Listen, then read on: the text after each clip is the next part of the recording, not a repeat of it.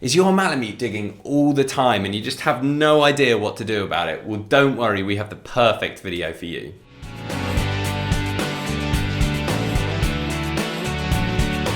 Welcome back to the Fenrir Malamute Show. My name's Joe and I'm a certified canine leader here at FenrirCanineLeaders.com.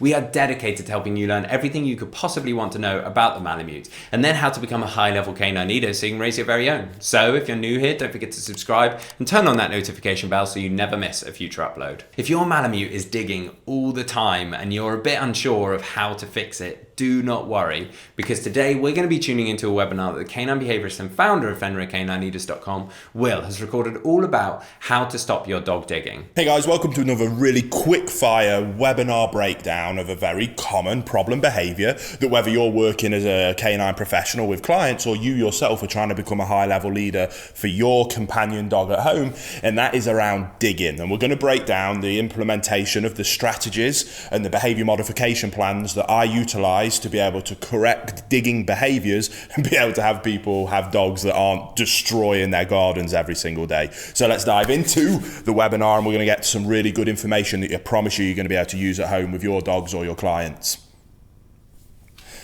Now, as is always the case with any problem behaviors that we may have with our dogs, we need to not only just to put a plaster on the problem, but we need to get to the root cause of the issue. And with digging, we need to look at what is it that's causing digging. Now, we have to have a little bit of empathy for dogs because digging is a very normal behavior that dogs will display. Now, obviously, as a good leader, we need to be able to teach them when that is appropriate and when it isn't. And usually in your garden, that isn't appropriate. If we go out for a lovely walk in the woods and you want to dig a hole, cool. If we go to the beach, you want to do some digging, okay, cool. But if I tell you we're not doing that in the home or in the garden, then you need to listen to me because I am the leader, I am in charge, and I set the rules, boundaries, and expectations in this family environment. So that's what we need to be able to get to with our dogs. Now, when it comes to digging, a lot of the time that digging is a result of too much pent-up frustration in terms of physical energy and mental stimulation. And they haven't got a productive outlet for both of those things. So the first thing we always start off with a vast majority of behavior problems, not just digging, but we can always achieve higher levels of success simply by putting in more exercise, more mental stimulation. Exercise is obvious. We can go out and play frisbee, we can go out and play fetch, we can go for a walk, we can do some running, we can teach a dog to run alongside a bike. The options are truly endless. When it comes to exercising our dogs physically, mental stimulation can require a little bit more creativity, but there's tons of different puzzles out there. You can get frozen Kongs, any kind of obedience work, agility, getting your dog into doing just any kind of work with you is fantastic, especially for working breeds. So we're going to add in more mental stimulation, more physical exercise, and you will be shocked at the amount of times that alone will address the problem of digging, because the root cause, rather than sticking a plaster on it, the root cause was simply that they're bored and frustrated. So let's start there. If that doesn't work, you've done that and you're still seeing these problems, then we get to move on to the more behavior modification, the fancy stuff that people like to hear when it comes to kind of these intervention strategies. So then when it comes to digging is a funny one in the canine behavior world. It's not something that can be addressed as easy as, say, reactivity or excessive barking, because first of all, there's a few different things that come up with problems. Supervision, being able to ensure that we're watching the dog. To be able to correct the behavior, we need to be able to implement fantastic timing. So the strategies we use are going to be a little bit different when it comes to digging. But regardless of the strategy that we use for any behavior problem, we absolutely first, again, must address the relationship that the dog has with its owner. Now, whether that's the dog with you as an owner and you're trying to become a higher level owner, or maybe you're watching this because you're thinking about taking first steps into maybe doing this for a living. You cannot come in and simply say, this is what you should do, see you later. Or watch me do it, I'm going to do it. Oh, awesome, that worked. Do what I did, see you later. That worked because you were able to come in and establish a good relationship with the dog very quickly through your higher levels of leadership skills. The owner then watches that, tries to replicate it without that level of relationship, and things just fall apart. That's no use to anybody.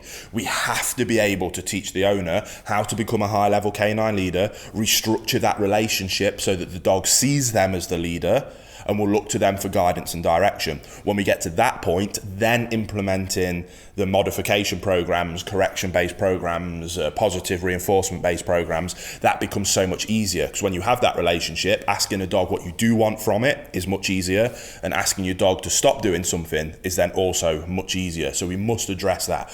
At Fenrir, we use our boot camp process. There'll be a link to the online version of that down in the description box below if you want to go and check that out. But that boot camp process is very specifically, I designed it to not only be the 1 month process of being able to really put in those rules, boundaries and expectations to restructure that relationship, but inherently it then also teaches the owner how to be a high level canine leader. It teaches them the theory and the understanding required for them to be a high level canine leader. So not only do they come out of the other end with the desired outcome of that restructured relationship, but on top of that, they have learnt to become a high level leader that can then address any future problems, which then means they don't need me again as a canine behaviourist, which is the ultimate goal of any canine behaviourist. It isn't to put a plaster on things, it's to help the owners not need us again. If you can do that, then I promise you'll have a lot of success in this industry. Hey guys, just a really quick message to ask you, are you on TikTok? And if you are on TikTok, I think you'd really enjoy coming and checking out our Fenrir page over on TikTok. There'll be a link in the description box below. Don't worry, you're not going to see me dancing, but I promise you there's tons of extremely valuable, helpful content of me working with dogs and providing as much information and helpful, valuable tips and tricks along the way to help you become a high-level canine leader that raises your own perfect canine companion.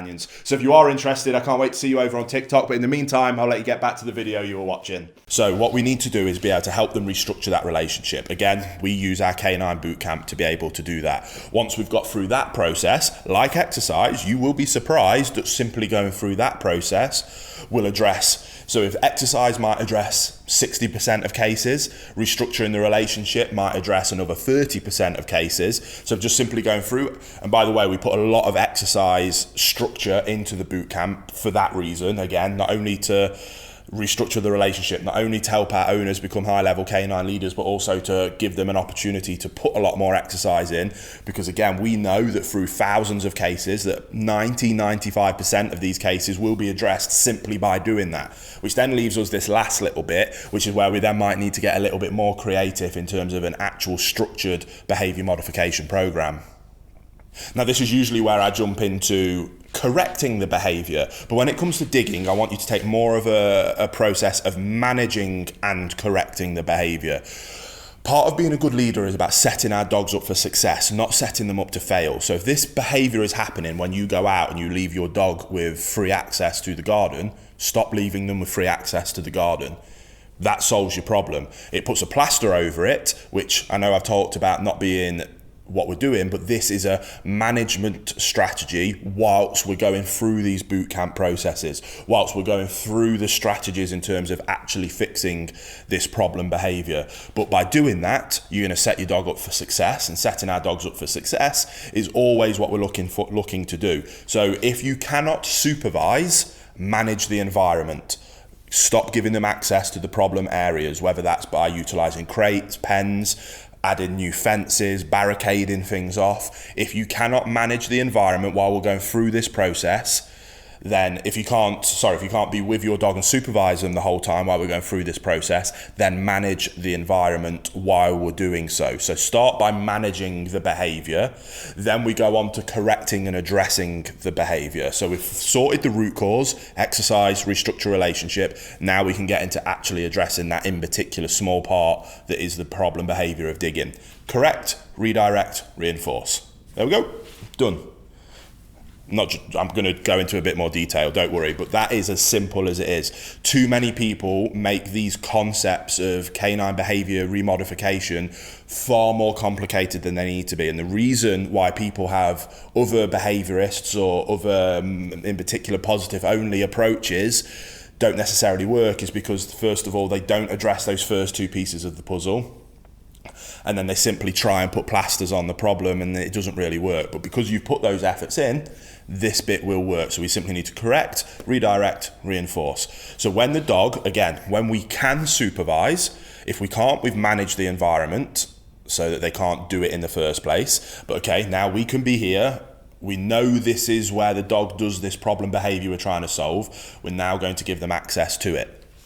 When the dog starts digging, we're going to go in with a verbal correction. Shoulders back, chest up, deep voice, vocal inflection is very important. There's going to be a very stern or a no. And we're going to save that vocal inflection and that verbal correction. We're not going to use it much, but we're going to save it for situations like this where it can really carry some weight. The more work you put into restructuring the relationship in the second part of the process, then the faster, quicker, more effective this verbal correction will be. So the dog is about to start digging and no, snaps them out of it really quickly. So we get their attention back to us, then we redirect them to the behavior that we do want, which can be absolutely anything that you deem to be positive, whether that's to come and do some obedience work with you, whether that's to go into a sit and stay, whether that's you then throw a ball for them. We correct the negative behavior, we redirect them to a desirable one, and then when they're displaying those desirable behaviors, we reinforce. So again, correct, redirect, reinforce. It really isn't that rocket science when it comes to digging in particular. It's not an aggressive behavior, it's just an annoying one. So going through this process in a very positive based way, yes, we're utilising corrections, but we're going to stick with verbal corrections, and we're going to make sure that we do everything we can do in our power to set our dogs up for success. You go through that process and digging becomes a very easy problem to get on top of. It really does. The problem is people want you to come in and in a 30-minute consultation with no effort on the owner's part be able to address the situation, and that simply won't work. It doesn't work, and anybody saying that something like that does work is wrong. And they're probably trying to sell you something that doesn't work. Yes, we suggest you going through our bootcamp process, but that's simply a structure that we've put in place to help you achieve the hard part of the restructuring the relationship as easily and efficiently as possible with high levels of success. Add more exercise in, add more mental stimulation in, become a high-level canine leader and restructure your relationship with your dog, then be able to communicate with your dog what you don't want through correction, what you do want through redirection and reinforcement. The principle is simple. The implementation requires effort and discipline on your side if you're an owner or helping your client see that, and for them to be willing to put the effort in. If they are, you will have a fantastic dog. If they're not, that you won't. Unfortunately, it really is as simple as that, and that's what we're trying to help people understand. First and foremost, before they get a dog, are you willing to do this? If not, you shouldn't get a dog. Unfortunately, for those people that do, we then need to find a way of being able to convince them to be able to change their lifestyle and mentality, to be able to put the effort in that is required to ensure that we're keeping these dogs out of shelters and not being put down. So go through that process, and I promise you'll have a lot of success with digging. It's not rocket science, it's just a little bit of discipline and hard work. There you have it, guys. Some really useful tips and tricks, all how to stop your Malamute digging. I really hope you enjoyed today's video. If so, get involved in the comments down below, as we would love to hear from you. Don't forget to subscribe and turn on that notification bell, as we have 3 dedicated videos coming in every single week. So I can't wait to see you in the next episode of the Fenrir Malamute Show.